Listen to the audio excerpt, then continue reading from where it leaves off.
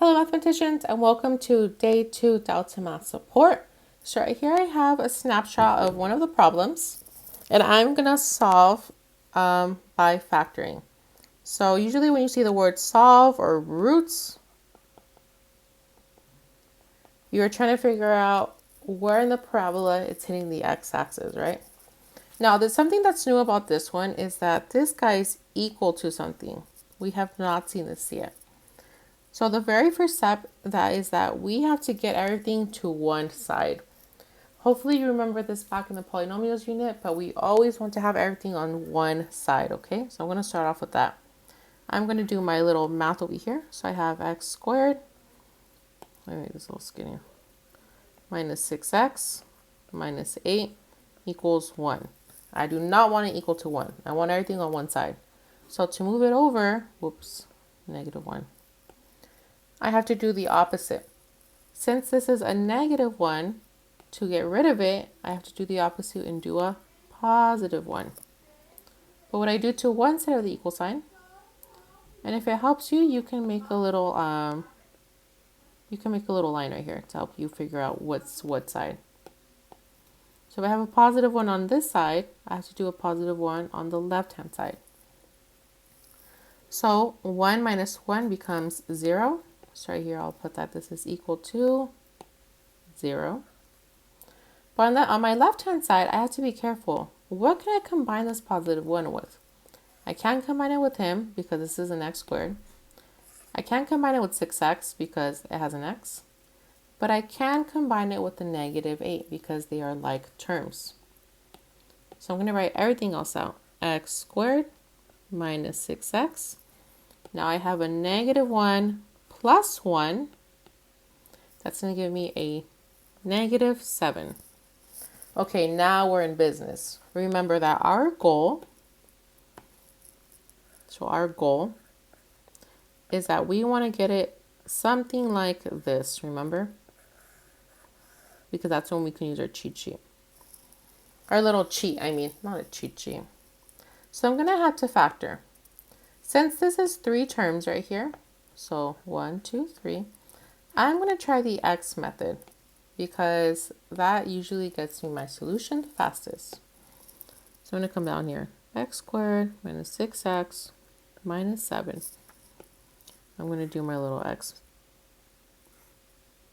The last term goes at the top, negative 7, and the middle term goes at the bottom.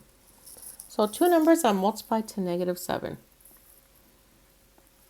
Well, I know that 7 is prime, and the only thing that makes 7 is 1 and 7, right? But hold up, this adds up to 8. We're forgetting something. This is a negative 7. So one of these has to be negative, right? I could do negative 1 times 7, but is 7 minus 1 equal to negative 6? It is not, so that doesn't work. What if I go this way instead?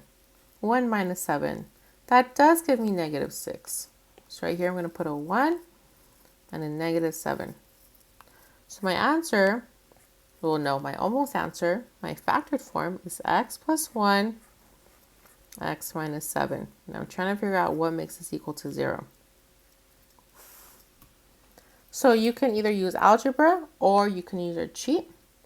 Since this is a plus 1, that means that one of my answers is going to be a negative 1. Since this is a negative 7, that means that my second answer is going to be a positive 7. So right here you would put negative 1, comma, 7, because it already has x right here. And that is the first one. So if you want, you can stop here.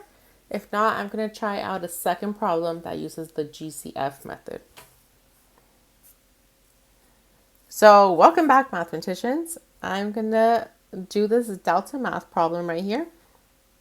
So they're asking me for the roots. So I'm trying to figure out what the heck makes this thing equal to 0.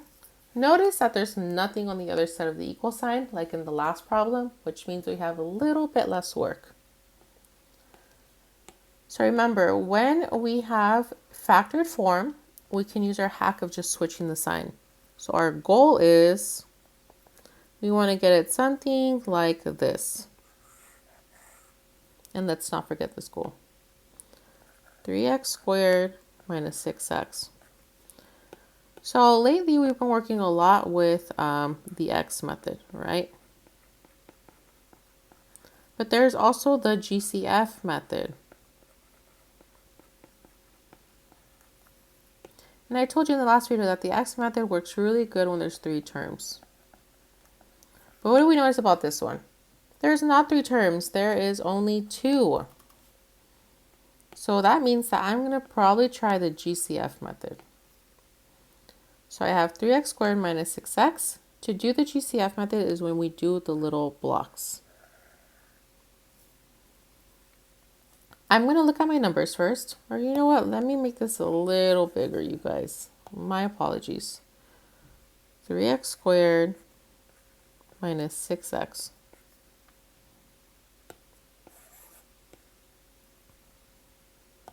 So I'm going to add in my little step right here. And the first thing I'm going to do is I'm going to look at the numbers. Okay. Is there any numbers that go into 3 and 6 easily? Well, I know that 3 is 3 times 1, right? Can I rewrite 6 so it is 3 times something? Hopefully you have your chart in front of you, but if you don't know, 6 can be rewritten as 3 times 2. Whoa, they both share a 3. Do you guys notice that? 3 and a 3. So I'm going to pull him out. They both share a 3.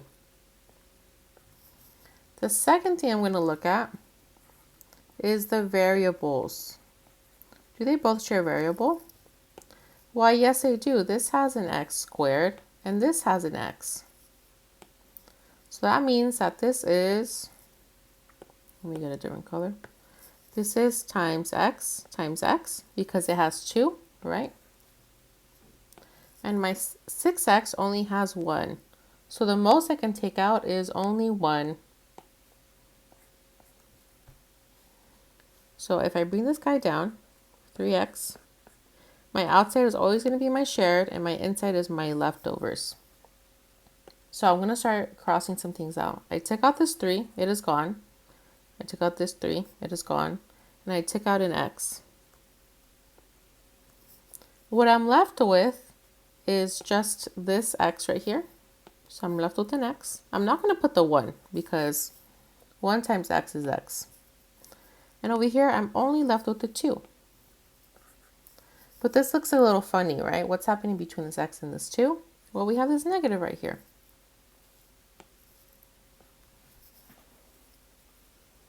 So you might be thinking, okay, this doesn't really look like our goal right here, right? We automatically know that this minus 2 is going to become a plus 2, and that is our first answer. But what about our left-hand binomial? Well, that's technically a monomial. Well, there's 2 ways to think about it.